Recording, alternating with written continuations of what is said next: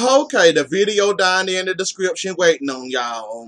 Sami versus Stefan. So Sami she tried to plead to Stefan good side. Stefan wasn't here for it. She tried the whole Will came back alive from dead. Your sister said that EJ was alive, so now she on the quest of looking for him. She tried to pull a fast one on him. That didn't work. He kicked her ass out.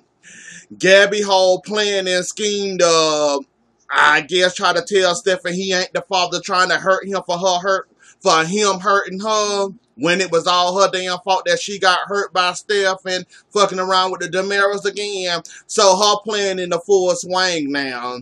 And he gone to deal with Abigail. Cause Gabi texted him on Abigail's phone because she didn't fall asleep again, y'all. She didn't fall asleep. Gabi sitting up there texting people on her phone like Steph and telling him to come over immediately. And as that happened, Hera came to the door. Sami talked to Hera, plead to Hera, the plead to him talking about some EJ, the kids, how much they miss him. She miss him. Kicking Stefan out of the Damara mansion. He went along with the plan. He opened the tunnels for her.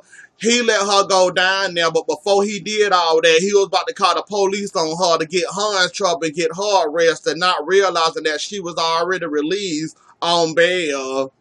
But I'm pretty sure she could have got in trouble anyways if Hera would have made that call. So she made it down there to the tunnels. She went down there to the same room Kristen was staying in. Kristen was out of the room. She looked around. Kristen then locked her ass up in the tunnels now. Sami down there in the tunnels locked in. So now we got to deal with Sami down there in the tunnels and Kristen right here running around crazy and free. And the pervert helping her. Now let's get the Abigail, Stefan, Chad, Kay, and Gabi with a Y. So like I said, Gabi plan coming into full swing. Abigail then fell asleep again and then passed out. Gabi grabbed Abigail's phone, text the pervert, told him to come over immediately. And I think she texted somebody else, but I think she texted the pervert, which made him come over. So when he came over, she was still asleep. The pervert came knocking at the door talking about, is it an emergency? What you want? She tried to slam the door on him. She said, look. He said, look, you texted me. She said, no, I didn't text you. I'm just waking up from my nap. Well, she just waking up not realizing she done took another goddamn nap again. So he showed her the text that you told me to come over immediately. She said, you lying. I didn't text you or nothing like that. So she showed him. When she showed him the text, she looked at her phone and she saw the same text messages and the sent messages to him. So Stefan said, you having memory lapses. You losing time again. Is Gabi with a Y back again? So basically Gabi plan is coming back in the full swing again. And goodness gracious, like you gonna get what you want, Gabi. Like I said, I don't understand it. I don't understand why you so mad. Yeah, you barely made it out of prison alive, but that's all your fault, baby. You keep on fucking with the Damaras. What do you expect, though? But whatever. Then you talked to Kate, and Kate told you about this plan, and Kate told you what was going on, because y'all remember the whole picnic thing that she fell asleep where Gabi drugged her ass and made her fall asleep. And her falling asleep, she missed the picnic, and it was 1 o'clock, and they had to cancel, and then Thomas then fell asleep. So we back to that again, and Kate talked to her today and told her about this plan. And she said she getting everything she want to, and everything falling into place, meaning she thinking she losing her mind again. The pervert think Gabi with a Y bag.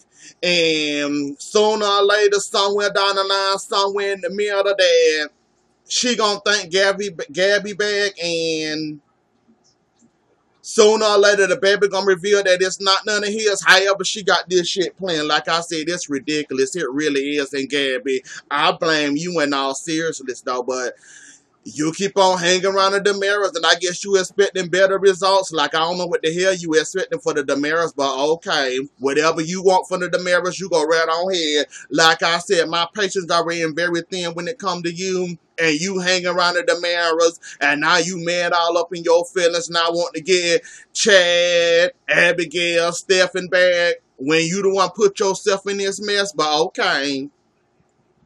JJ talked to Gabi today, telling her to please forgive Gabi. Gabi. Abigail, please talk to her. She want that. She wants you to forgive her. He wants y'all to be friends again. He wants you to move past all that prayers in, her barely making it alive, her can't have no baby, and all the other shit she went through before she got out of prison this last time.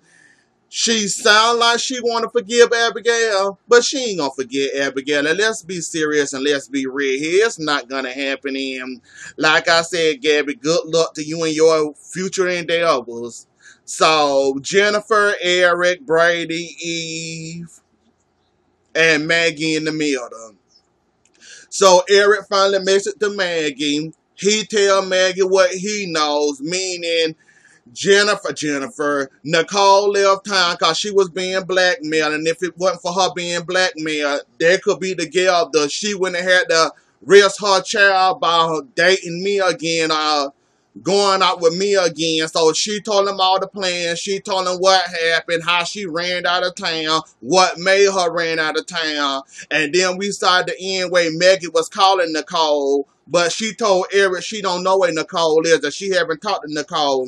Jennifer still running around here looking for Eric, trying to get him back his ring. She ran into her son, talked to him saying that she gonna lose Eric because she lying, and she kept some important information away from him. So now she done talked to JJ, and then at the end she found, well, not at the end, about in the middle of 30 minutes, she finally ran into him. And his whole talk is about Nicole.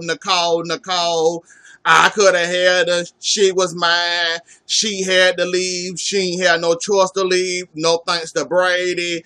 Not giving a fuck what Jennifer going through, and that she heartbroken, and that she said, I know it's over. I know you want Nicole. I know we don't have a future. So she had him to reign after he didn't ran it for about a good 20, 30 minutes after he didn't got done getting his pressure off of his chest talking about Nicole, and sitting there and the poor girl sitting up there about to cry her damn, well, I don't think she was crying during that scene, but she acted like she wanted to cry. And she handed him back the ring. And now the Brady and Eve. Like, Eve, you told the truth. I congratulate you for telling the truth. But the part that had me all fucked up and confused, and this was your time to get what was handed to you.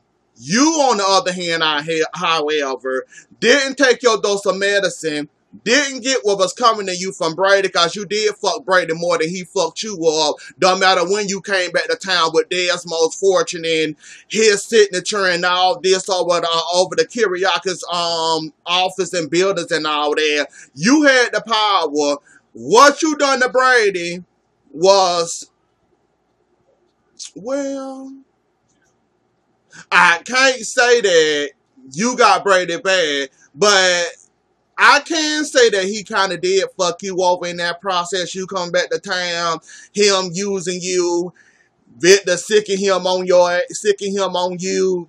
He did what he did. He tried that amulet, trying to implicate you in Desmond's murder, that you killed Desmond. So I kind of can say that he kind of did fuck you over. But right is wrong is wrong. What he did to you was mediocre. What you did and Victor did to him, you made him lose a whole damn child. You made his son be in California right now if it wasn't for you and Victor petty ass. Like I said, whatever Brady did to you when you first came back to town and think you was running the Kiriakis mansion and thought you had rights and thought you had your way, okay, fine. I thought y'all moved on past that. I thought y'all agreed to let bygones be bygones. I thought y'all agreed y'all will never talk about that again. Then why the goddamn hell in Brady ran, you go try to turn the tables on him, use that said stuff against him, use that what he done to you and how he used you and how you played him against you when you made him lose his child. No thanks to you and Victor.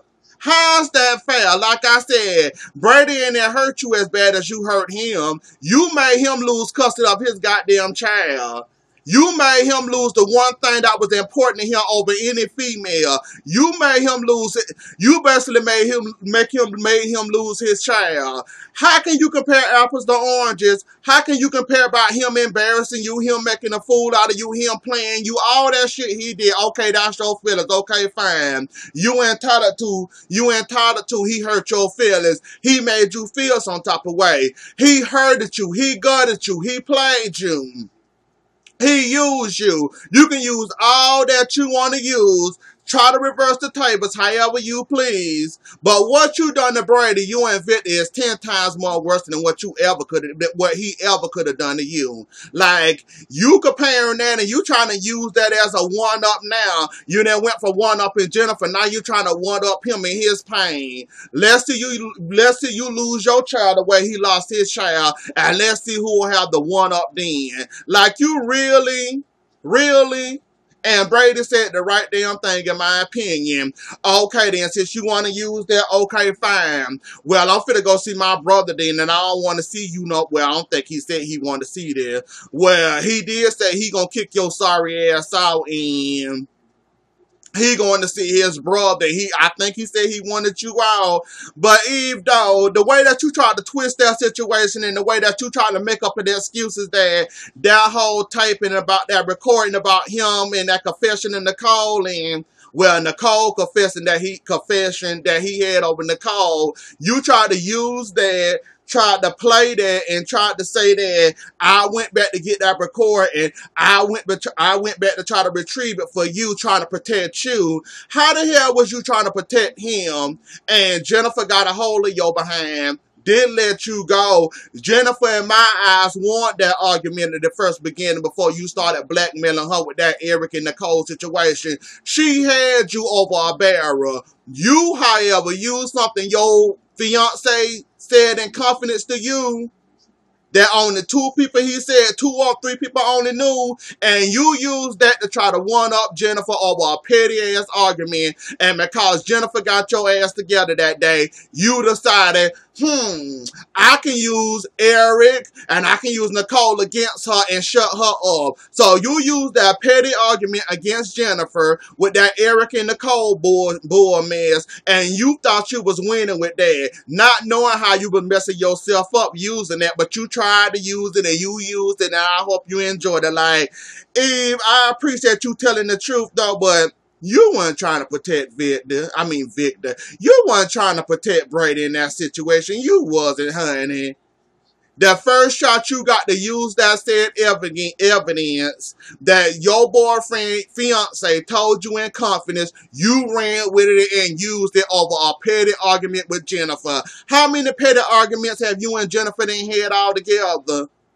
And it's the one time you can finally top her and you ran with it over something that your fiance told you in confidence. And then you said you didn't want Jennifer to open her big fat mouth about it, but you gave her the evidence to use against your silly ass. So how you gonna tell her to be quiet, but you used that playing it as a trump card to shut Jennifer up? Okay, it lasted, it worked, you had your fun, you poked, you pried.